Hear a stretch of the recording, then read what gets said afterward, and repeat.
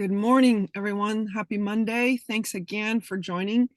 And Eran, we love being on with you on Mondays and hearing your updates. And two quick things that I wanted to ask that you would address. We all very diligently pray for Itamar, your son. And so any updates that you have on how he's doing and how Jonathan and then also help us unpack what was it again? Sorry, I was going to ask you about this one situation that I was just reading about in the Times of Israel, just regarding the gosh, I'm drawing a blank. But the whole thing obviously about the hostages, we want to hear about that. Oh yeah, I know what it was. The Temple Mount. Like I know what the Temple Mount, obviously, the different leadership, but why is it such an issue regarding the Ramadan, or is it that just explain that to us, why that's a contentious issue. And we're really praying also for much to be accomplished in the war before Ramadan starts, of course, which is sundown March 10th. So anyways, that plus all you have in your heart, and we really, really appreciate you. And Rahale, good to see you. Lots of love to you guys. Over to you, Eran. Thank you so much. Shalom and hi, Patricia. How are you? I hope you are fine. All the topics that you asked me to address or said we need 2 hours just to be very quick about that. But okay. Yes, I think one of the great or important things that we are now in this season of in Israel, and it connect me to what we are doing in the National Leadership Center is leadership. It's time now for a lot of decision. There is a lot of open questions that on the table, and it's a huge questions about the future, about the present and the future. And it's a critical question. It's one of them is what is going to be the day after the war? Who is going to be control in Gaza?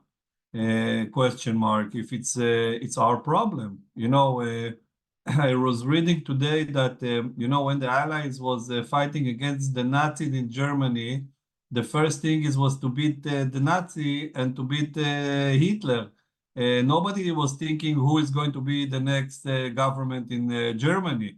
So, I'm wondering if it's our problem. It's a question. It's not, I don't have a good answer for that. Or I have, but I'm not sure. It's about the hostages, what we are going to do with that, and how Benjamin Netanyahu, the prime minister, need to react.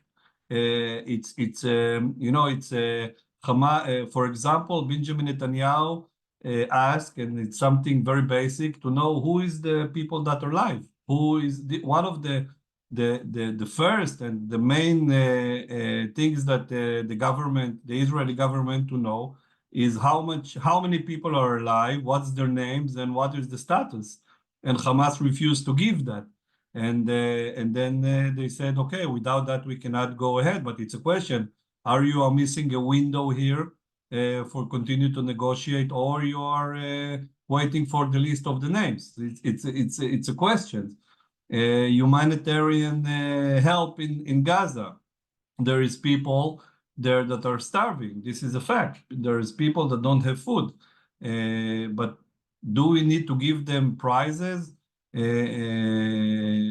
Because the term innocent is becoming a little bit not very accurate these days, because we see in the 7th of October, the first one was the Hamas entering, and after that, the 2, the 3, and the 4th wave, it was people that live in Gaza, enter to Israel, kidnap, rape, and behave like savages, like their friends, and now they are starving. So there is people that are innocent. It's a question, and we are humans, and we want to help, but when we help them, people killed because they are starving and they're fighting for food, and then they say that who is in charge of that is Israel, because people was killed there while they're getting food.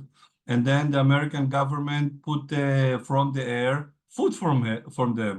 It's okay, it's not okay. what is the role of the United States of America here? In the middle of the war, while you are fighting, you are giving them food, or Jordan. It's a question. Again, another question is what you ask about what is going to be in the Ramadan. If now one of the biggest issues in Israel is to give them the ability to go to the Temple Mount. So in one hand, we are very democracy, and every person in Israel, a citizen, have the ability to go to his God and to his and the other hand, to give the Palestinians entrance to the Temple Mount free. What is the price? Because Hamas is also in Judea and Samaria. So, it's a lot of big questions that it's not a good answer for that. And I think, Patricia, one of the things that I was reading in the portion of Shabbat from Exodus chapter 11 to 30, they're speaking there about three main events that was happening through the time. One of them is that the Lord, the God, said to Moses to count the people, and to know how many people we have. And then they have to give some money for the pledge that they have to be, but counting the people.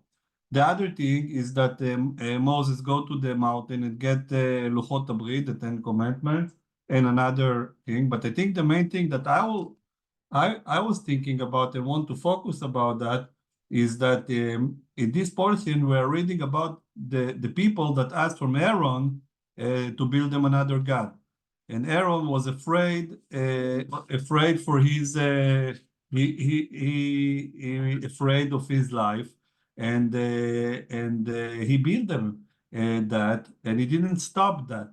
And so there is a spiritual leader here that is listening to the people, and there is a politically leader that is doing that. But I think the thing that I was to take for that, and it's connected to the big questions that we have, is that I think one of the challenges of faith is bad things that happen, is the evil that we happen. This is one of the challenges of being a faith person, because when bad stuff happening, you start to asking yourself questions, like the Israelites, and like after the Holocaust, and after what's happening the 7th of October. One of the biggest questions is where God was in the 7th of October.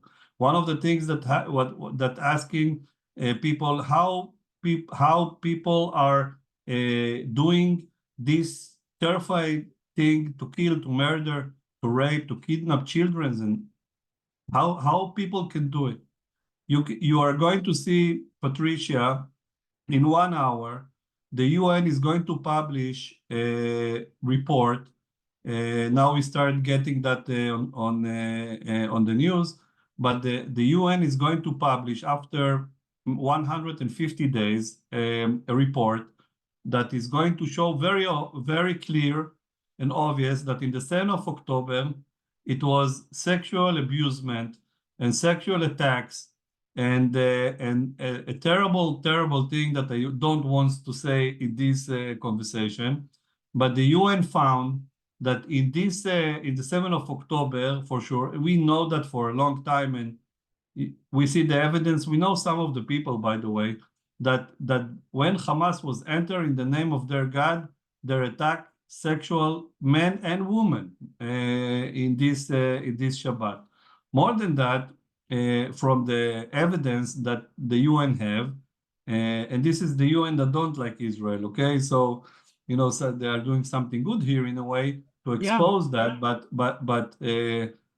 they have a very clear evidence that now when we are speaking in the hostages, by the way, men and women, it's not about gender, it's about hurting the Jewish people. And this report show that in that moment they are abusing sexual the hostages that are there. And one of the things that I can tell you, Patricia, is that I was reading a little bit about history, and the hate of the Jewish people started from the ancient time, and it's going through the history, and we see that that people hate Jewish people, and now they hate the Jewish people, and every time there is a reason, right? But now the reason is the Israeli state, the only democracy in the Middle East. This is the reason that we hate. By the way, I'm speaking about all over the world. I'm speaking about Europe. I'm speaking about the US. I'm speaking about people that hate Jewish people because of the state of Israel. And I want to say two things that connect to that. One of them is that if I'm speaking about you in the US, and we are in Israel and in Europe, not going to stop that, the Jewish people is just the beginning. This is how the history showed that. When we are losing the ability to control these fundamentalistic people that hate, sorry, what's happening? Sorry. Okay. I don't know. But when people hate the Jewish people and act like that, it's going to affect all the world. And the second thing that I was thinking about in Shabbat a long time, it's the fact that you can ask yourself where God was in Shabbat, and you can ask yourself why God allowed to do the Holocaust, because God is almighty. And he created us and he chose us. And why do that for the people, his sons and daughters? I not sure that this is the right question. I think that what I was thinking in Shabbat, that from the Holocaust through the 7th of October, I know, as a Jewish man, know that I cannot trust people, because we saw what's happened. People in Germany, the people that created music and concert and literature, and all these people that are very, and people from Hamas, people, you cannot trust human being.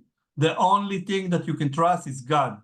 This is it. This is the solid truth that we have as people. And I think this is going to be my answer to people that will ask, and this is a very legitimate question to ask. But my answer is going to be that you cannot trust men, you have to trust God. And I was reading in the after the Holocaust, there is a lot of people that lost God and don't want to relation with him. There is a lot of people that be stronger in their faith in God, and there is a lot of people that found God in their life. And I'm thinking about that and connected to the portion of Shabbat. You cannot trust men.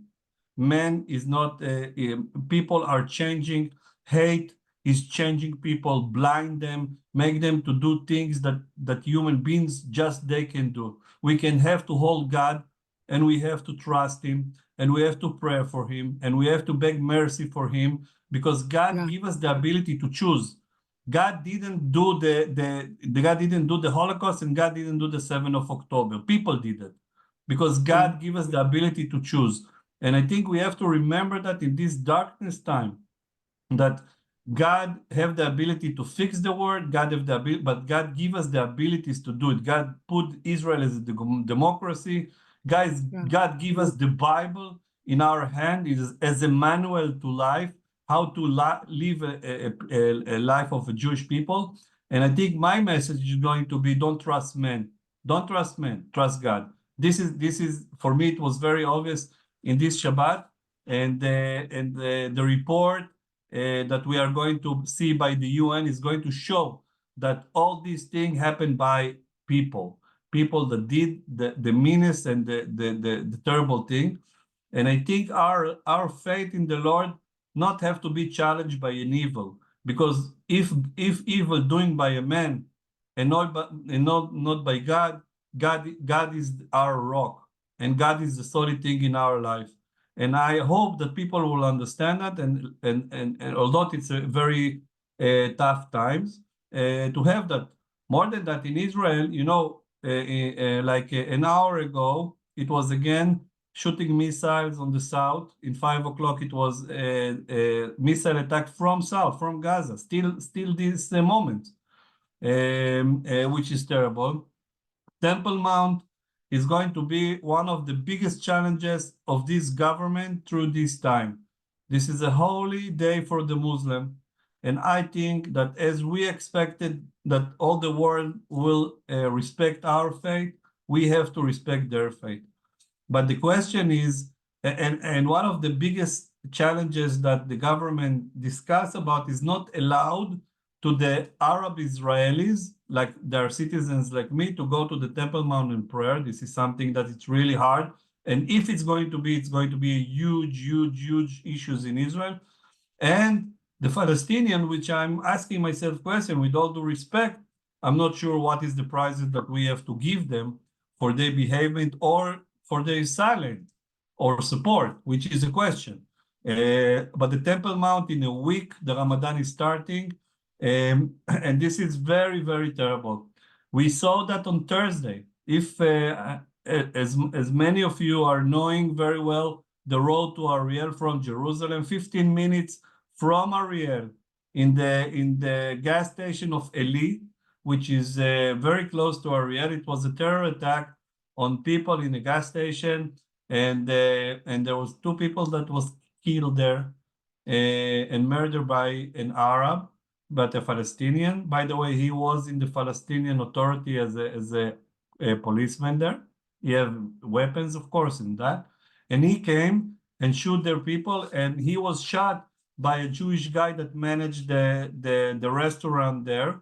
You know, there's innocent people that just came back from work. One of them was working in the electricity company. The other one was somebody that take a ride with him on the way to get home. Wow. And he was killed for that. And this is another big question that happened. One of the minister of the internal issues in Israel, Itamar Ben-Gvir, is giving weapons in amount of weapons that we didn't know in the past. There is a lot of people that get permits now to do it, and the idea is that the police and the army, the IDF, cannot be everywhere. So people have to defend themselves, which is raising another question that you know very well from the US. Yeah. It's okay to that everyone is carrying a gun or not. You know, it's a big question. And for now, it seems like most of the terror attack was stopped by civilians, not by the army, because the army cannot be everywhere. And that's all. Also in the north, it's continued to be a war. You know, there is people that say that it's not a war. Yes, it was. I know that all the cities there are empty. And I know that an hour ago or 2 hours ago, it was a missile that fell on people that working their fields. And there was, for now, at least one a man that was killed by a missile. And all the thing that he wants to do is just to go to bring his fruits that is not going to be destroyed before the season will end. So in the north, it's war. And we can see that every day. In the south, it continued to shoot missiles. The IDF is inside and waiting. And this is another question. Waiting for what? We are going to Rafah or we are not going to Rafah? We are going there or we are going there? I know that my son Itamar, that is inside Gaza, is in Khan Yunis, and they are waiting. And I ask Itamar, waiting for what? They don't know. They are waiting, which is put them in a dangerous position, because if you are waiting and not attacking or do not do anything, you are like a duck that waiting that somebody will shoot on him. So as I tell you, it's a lot of a question. We saw the humanitarian problem that get there, and it's real. By the way, it's real because these Hamas terrorists are controlling the areas of food and controlling all the things that can provide to the people. They don't have water, they have rain. The winter is now very strong in Gaza also. And there's miserable people that holding like hostages by their own people that don't want to get to any solution, because it's not about the people, it's about them. By the way, we saw in Shabbat, there is billions of dollars and shekels inside that's supposed to go to them, that was given by the UN, UNRWA, and a lot of people, and this is the money is in their hand. And I'm wondering why, and why we need to help, if this is our problem or not. Again, a lot of things that a lot of things to think about that. We have a municipality election in Ariel or all over Israel. We don't have a mayor yet. In the Oh, in okay. the 10 of March, it's going to be second round, and then Oh, we are going to have a new mayor. And I'm asking to you to pray for the right guy. There is two guys yeah. that needed to be, and we needed to think about that. Wow. I have to tell you that in the midst of that, the NLC is working. Mm, The activities in Judea and Samaria infect us. There are people that are afraid to come, but every day we have a group. Tomorrow we have IDF soldiers that are coming, and there was in the 7th of October. Since then, 150 days they didn't go home. Now they're going tomorrow to the NLC, and then they're going, it's a stage before you're going home. It's a stage to speak about what happened, to communicate with your friend. We have a lot of activities inside Israel, in the high school that we are doing. We have teams that are there helping the students to process this thing. They're speaking with them about. We decided to put two things. One, we are speaking about the Bible. We are picking a leader from the Bible, and then we are speaking about people, about soldiers or heroes from the 7th of October. We're combining the Bible and the heroes from the Bible with the modern Israel that happened this time, and the idea is to tell the children that everyone can be a leader. You have to know your purpose in life. You have to connect it to the roots, and you have to know what is the present and the future of Israel. Because, and Yaniv, that working with us, said that very well yesterday. A nation that don't honor the past, they are not going to live good in the present, and they are not going to have future. And because of that, we are continue to speak about the Bible, and we are continue to connect the people from the Bible. We have just one story. We have last week we have been. I was there also. We spoke with them about the life of King David with the students. One of the student youth in risk. And then we spoke with them about the life of King David, about leadership. And then we spoke with them about one of the soldiers that was very hero in how he's act. And after that, when he finished, one of the students asked us, can we read a chapter from Psalms from the remember of these soldiers? For me, it was a moment that I was saying, thank you, God, for putting me in this point in the history that a child was asking to read a psalm chapter for a soldier that he didn't know that killed from regarding Israel. And this is what we are doing. We are coming with grace. We are coming very humble, and we are coming to them and speak with them about the things that it's important. And one of the things that we are speaking, and this is my ask for you to pray, is for make strong the faith in God, not in people, the faith in God. We need to make that strong. To continue to speak with the people about it. One of the challenges that we have, again, a round of reserve. As I told you, the North is strong. We have another three trainers that go back to reserve, which is, on top of my challenges or the things that I'm not sleeping at night about Itamar. We have trainers that in front line, which make Oh, me a lot of trouble. Young people that are connected. We have 134 hostages still there, and there yeah. is no solution in the future, which is great. But I'm running all the time from the challenging time, the hard time, and to see the people that are coming to the National Leadership Center, and the people and the students that we are meeting in the high school again, and there is a thirst to speak about the trauma. There is very, Mhm. very deep understanding about the Bible. I think more than ever. We are holding this book and understand that the roots of Israel are going to strong. They are strong more than ever. We didn't go. We are not defending ourselves because they attacked us. We're defending ourselves because of the rights to standing here. And I was Mm, in Jerusalem last week. I was praying and crying to God for the children of Israel. And I'm praying Yeah. for mercy. And I'm saying every morning that I say, Oseh Shalom b'meromav, Hu ya'aseh Shalom aleinu v'al kol Israel. I'm praying to the Lord that is going to bring peace to us and to our children and to the mothers that are waiting and crying and don't sleep at nights, and for the mother of the hostages that didn't saw the children for 150 days. I'm praying, and I see that every day, Patricia. People are coming and they're post-traumatic. People losing their day by day. You know, you are all the day thinking about it, the breaking news and another missiles and another piece of information, and the politics is not in a very good position in Israel also. There is people that speaking about election, there are people that against election in this wartime. If you are taking a person like a day-by-day person like me, people can just be crazy because of the dilemmas that are around you.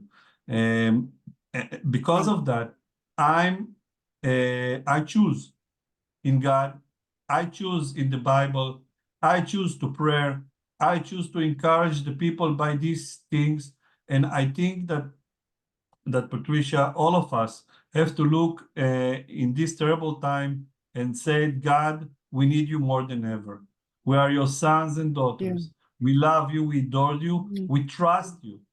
And this is something that it's really hard to trust, because we can say that we are trust, but to release the pain and the sorrow, to release the tears, to release the dilemmas, and say, God, until this point, we can do. From now, this is yours. You are the driver. You are the shepherd. You are going to navigate us in this storming water.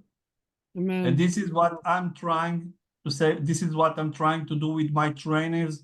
And this is what we're encouraging to say to people. Wow. Let's pray.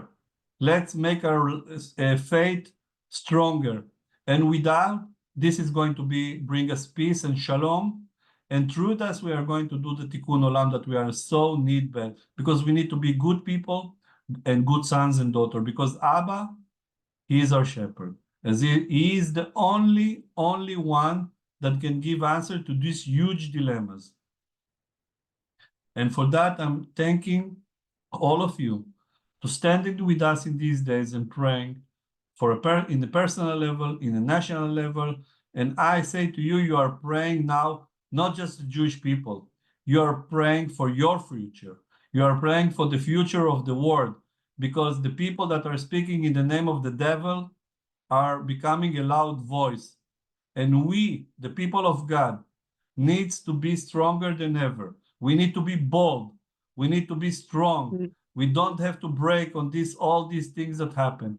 We have to join hands together and say, we are the people of God, and the people of God are going to win. It's written in the Bible through Abraham time until these days. The people that trust the Lord, the people that are standing in all the tests that God put in front of us, like with Abraham, we are going to win.